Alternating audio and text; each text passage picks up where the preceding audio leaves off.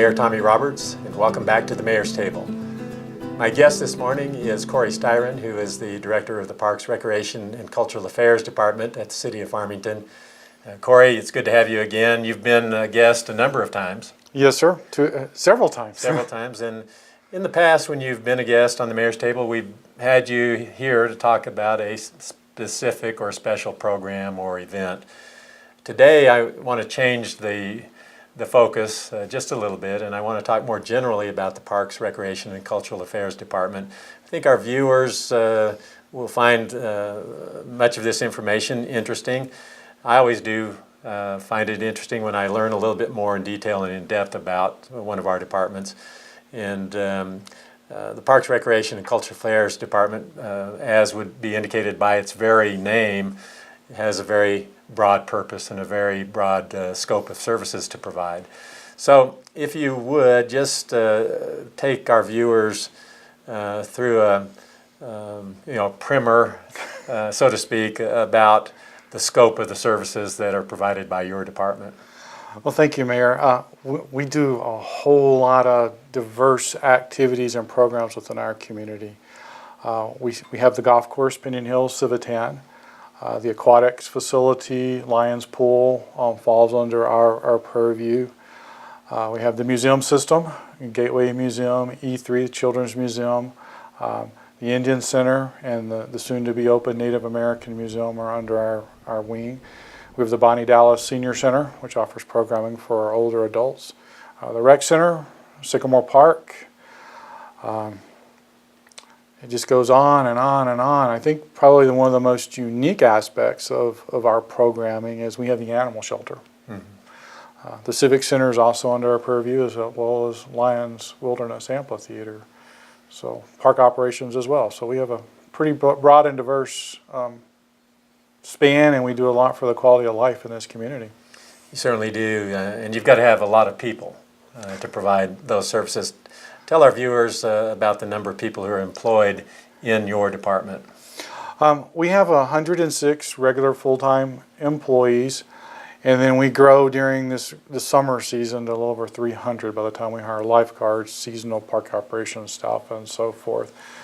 So we have 11 division managers that manage those other activities and have a lot of good people under them. Then talk about your budget. As a department as a whole, we have a $14.1 million budget. About $2.3 million of that is from a designated quality of life fund that was adopted by council several years ago, and then the other is general fund dollars. When I'm traveling in the state, and even sometimes when I'm traveling out of state, I will have people comment to me once they know that I'm a Farmington native. They will comment to me about the quality of our parks and recreation program, and specifically about the physical quality of our parks. People who have been to Farmington take note of that. If they drive around Farmington very much, they'll know, take notice of the fact that we have many, many parks that are very well maintained, have specialized equipment there to be used by people who want to go to the park. So I want to quantify, to the extent that we can, for our viewers, some of that information. How many parks do we own and operate? Well, we have 57 parks that have active elements in it. We have about 5 that are undeveloped. Of that, we have 5.1 miles of trail system along the Animas River. We have 9.65 miles of medians that we keep up. So when you go down through Main Street and Broadway, you see the beautiful colors on the medians. Our staff does that. Within those parks, we have 34 plus playgrounds, 21 tennis courts. We have 25 athletic fields, 19 shelters that you can rent for picnics and playground birthday parties, and a unique nuance, we have 1 RV park. Mm-hmm. Cory, how long have you been in your position? I've been here a little over 4 years. So by now you've had an opportunity to learn a little bit about the evolution of the parks and recreation system in Farmington. How do you explain, or how would you explain to people why and how Farmington has gotten to the place where it is today with this extensive park system and extensive recreation opportunities? Well, it goes back to the beginning, and it's interesting. We'll be celebrating our 60th year as a park and recreation agency next year. Our forefathers of this community decided that quality of life was hugely important. Our residents wanted some important elements of community life, and through the vision of those people over the years, they have set us up by acquiring parkland, providing assets. The community is hugely supportive of what we do. And through the vision of those, we've established what we have today, and a lot of community and public partnerships within that realm. I think the citizens of Farmington have supported parks and recreation so much that they have imposed taxes on the citizenry to fund many of the quality of life projects that we do have in Farmington, and we could go down the list and point those out: Pinion Hills Golf Course, the soccer fields, the Riverine expansion of the trail system there, just to name a few. There are many others as well, but the citizens of Farmington have always been able to appreciate the benefit that a quality parks and recreation system brings to a community. And again, I refer often to the fact that I'm approached as I travel when people know that I'm from Farmington. There's something about Farmington's parks and recreation system that has stood out to them if they've visited. It could be just the number and quality of the parks that we have. It could be the Ricketts Park facility. It could be the Riverine project. It could be Pinion Hills. But many of our parks and recreation assets have provided a national identity for the city of Farmington. So that speaks highly of the system. Cory, is there anything in particular that you would want to add to this discussion before we close it out?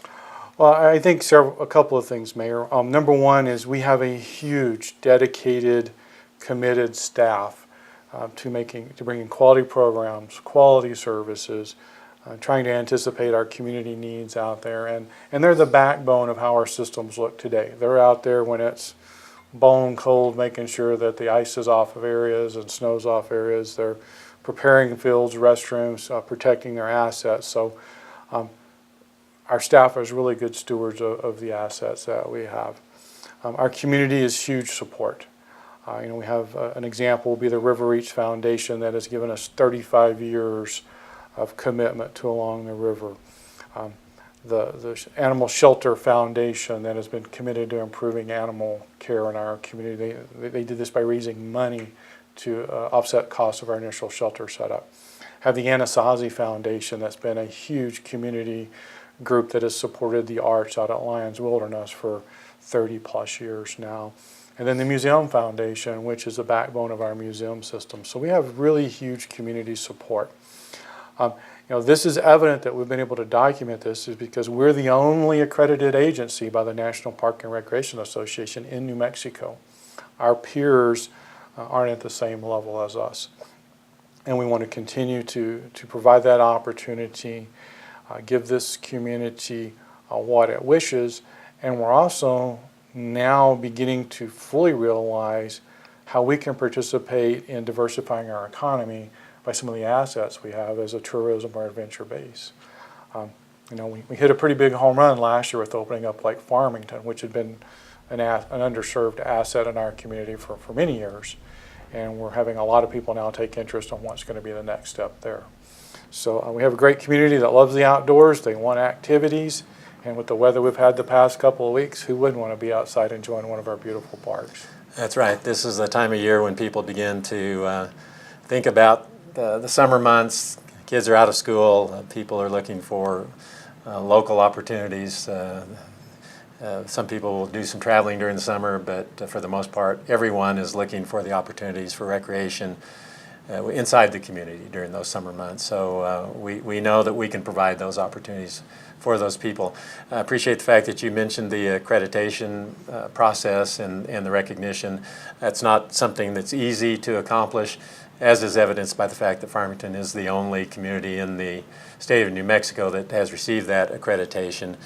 So that speaks well to former elected leaders and administrators, as well as current elected leaders and administrators, and we're proud of that designation. So, Cory, I want to thank you for being my guest here this morning on the Mayor's Table, and we'll have you again. Thank you, sir. Appreciate it.